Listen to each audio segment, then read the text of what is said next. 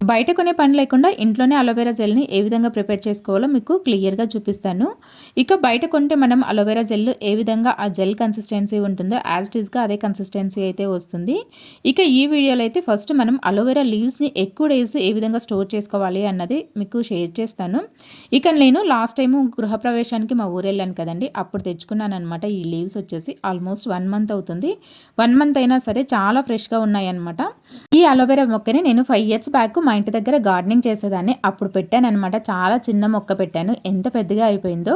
వాటి నుంచి ఇంక ఈ లీవ్స్ అయితే నేను కొన్ని తీసుకొనొచ్చాననమాట.